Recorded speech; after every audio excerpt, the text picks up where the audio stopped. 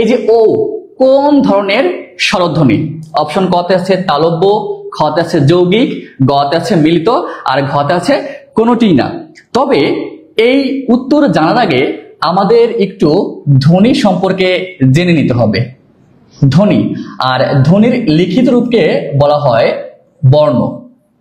আমরা মুখ দিয়ে যা বলি সেটাকে ধ্বনি বলে, আর সেটা যখন লিখি বা পড়ি ওটাকেই কি বলা হয়? বর্ণ। অর্থাৎ ধ্বনির লিখিত রূপকে বলা হয় বর্ণ। আমাদের বাংলায় মৌলিক ধ্বনি আছে মোট 37টি। কতটি বললাম? 37টি।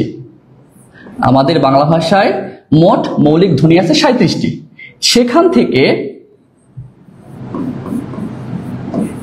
মৌলিক স্বরধ্বনি বা স্বর আছে 7টি।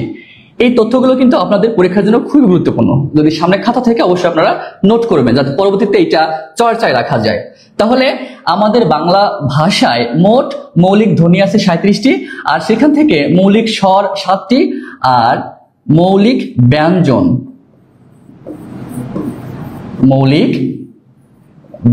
আছে 30টি। কতটি? 30টি।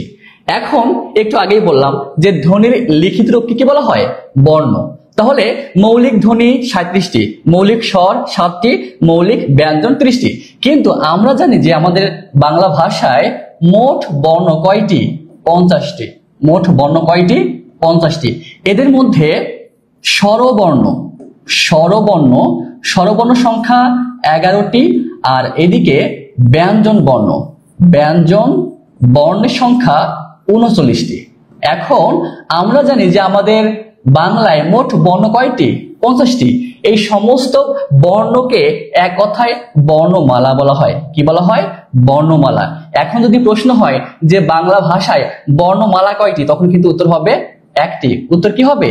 একটি। তাহলে আমরা এখানে কিন্তু বেশ কয়েকটা তথ্য দিয়ে রাখলাম। এখন আমাদের প্রশ্ন হলো যে এই 4টা অপশনের মধ্যে কোনটা হবে? আমরা কিন্তু এখানে দেখেছি যে মৌলিক ধ্বনি, মৌলিক স্বর, মৌলিক ব্যঞ্জন, কিন্তু আর একটা তথ্য আমাদের জানতে হবে, সেটা হচ্ছে যৌগিক। আমাদের বাংলা ভাষায় যৌগিক স্বর আছে মোট 25টি। কয়টি? 25টি। বাংলায় মৌলিক ধ্বনি বা স্বর বা ব্যঞ্জন, এই তথ্যগুলো যখন আপনারা পেয়ে গেলেন, এটা আরো আমাদের জেনে নিতে হবে যে তাহলে যৌগিক স্বর কতটি আছে? 25টি। যৌগিক স্বর কয়টি? 25টি। তার মধ্যে এই যে 23টির কোনো লিখিত রূপ নেই। 23টির কোনো লিখিত রূপ নেই। 23টির কোনো লিখিত রূপ নেই, জাস্ট 2টার লিখিত রূপ আছে। 2টার। এক হচ্ছে ওই। এই ওইকে ভাঙলে হয় স্বরে অ যোগ রস্বই, আর আরেকটা হলো ও। স্বরে অ আর হচ্ছে রস্য। তাহলে দেখেন আমাদের বাংলা ভাষায় যৌগিক স্বর 25টি, কিন্তু 23টির কোনো লিখিত রূপ নেই। বাকি যে 2টি, সেই 2টি কিন্তু লিখিত রূপ আছে। একটা হচ্ছে ওই, আর আরেকটা কি? ও। তাহলে আমরা বলতেই পারি যে আমাদের বাংলায় যৌগিক স্বর বা যৌগিক স্বর জ্ঞাপক বর্ণ কয়টি আছে? 2টি। একটা ওই আর একটা হচ্ছে ও। তাহলে আমাদের এই যে আলোচ্য প্রশ্ন, ও কোন ধরনের স্বরধ্বনি, তাহলে উত্তর কি হবে? যৌগিক স্বরধ্বনি। উত্তর কি হবে? যৌগিক স্বরধ্বনি। আশা করি এতক্ষণের যে আলোচনা, সেখান থেকে আপনারা নিশ্চিত হতে পেরেছেন যে আসলে উত্তর কেন যৌগিক স্বরধ্বনি হলো। আর এই যৌগিক স্বরধ্বনি জানার আগে আমরা কিছু মৌলিক জ্ঞান জেনে নিলাম। আশা করি বুঝতে পেরেছেন। সবাইকে অসংখ্য ধন্যবাদ।